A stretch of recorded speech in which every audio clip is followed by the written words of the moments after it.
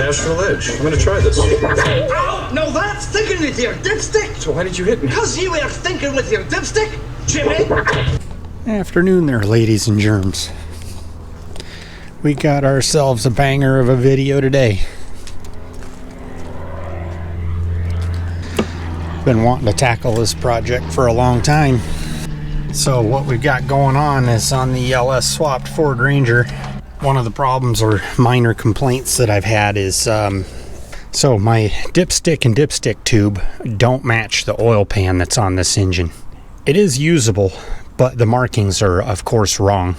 So this is a factory dipstick and tube assembly out of a late C5 Corvette, so like 2001 to 2004. And the oil pan that I'm running is Gen 4 truck pan.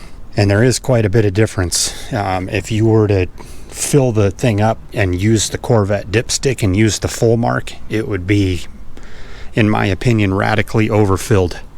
So what I found online to rectify this situation is, don't mind my tool salad. I've been doing a lot of different junk the last week or two. So what I got to rectify the situation here is a Lokar dipstick flexible engine LS1 for factory tube gauge to fit. And it is black, which I like. I've never been a huge fan of Lokar products, and it's not because I think they make crappy stuff, because they don't make crappy stuff.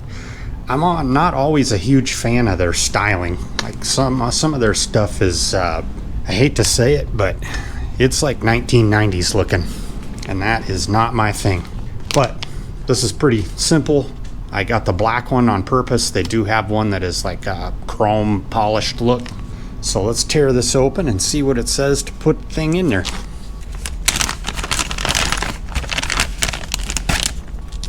Generally speaking, these cable style dipsticks are way easier to use than the old school twisted sheet metal sticks. So here's our set screw. We'll make sure we put some Loctite on that guy. Then I gotta figure out how to cut this thing appropriately.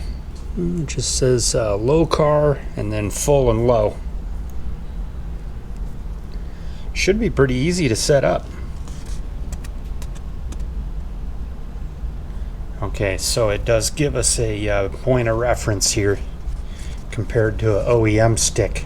So basically the reason why I'm doing this right now is I literally just changed the oil, filled it up with 6 quarts, which is what a truck pan should take, ran it, and then let it sit overnight. So for cutting, wrap 2 or 3 turns masking tape, measure 1/4 inch above the mark, and make a second mark, cut off wheel or fine tooth hacksaw, or a pair of heavy duty 8-inch diagonal cutters. I actually have a pair of cable cutters for bicycle cables that I might try, as long as this dipstick is way too long. Okay, I'm gonna go grab the factory stick and we'll do a little side-by-side comparison. It's always so hard to tell with clean oil, but I'm gonna say full is right there. So the Lokar stick is probably about 18 inches too long, give or take a little bit. So I'm gonna go get my cutters and we'll test the bicycle cutters on cutting this. If the bicycle cutters won't cut this, then I will switch over to a cutoff disc on a 90-degree air motor. So these are some relatively inexpensive cable cutters. Let's see what it does. It's not too bad. That's really good. Go get an Allen wrench for this. I need this stick to be in the oil pan 1 inch further. Okay, now I see why they show a difference in length, because the factory tube goes inside of this handle. They really would line up about right there. Basically this is the same as this. I want to set the cable up so that it bottoms out in the handle. I'm going to say that's approximately 1 1/8 inches into the handle. I'm going to go about right there. This should be about 1 inch too long. Now we can get us a little dry run in, if you will. I'm not going to cinch this down real tight, but I don't want the stick to fall in the tube either. Okay, that should be too long.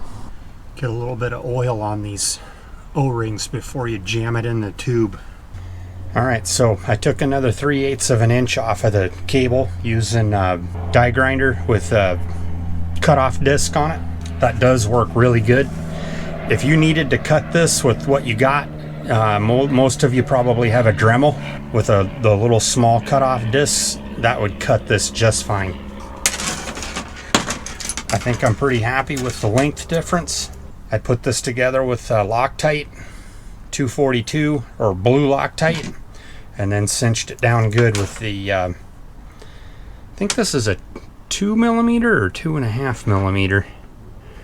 Regardless, it's just good and snug. You want a lot of Loctite in here. You do not want this stick coming loose on you. Let's go put her in one last time here. It does have that little bit of a hinky spot right where it's going into the block, but little jiggle goes right past.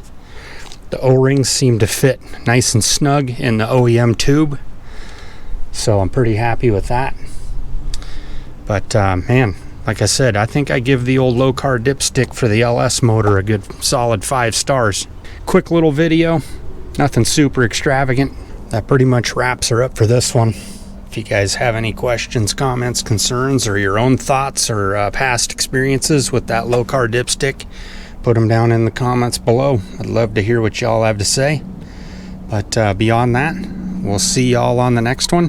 And we got a lot of little projects coming up in the next couple of months, so should be all kinds of different videos coming out. Anyways, thanks for tuning in.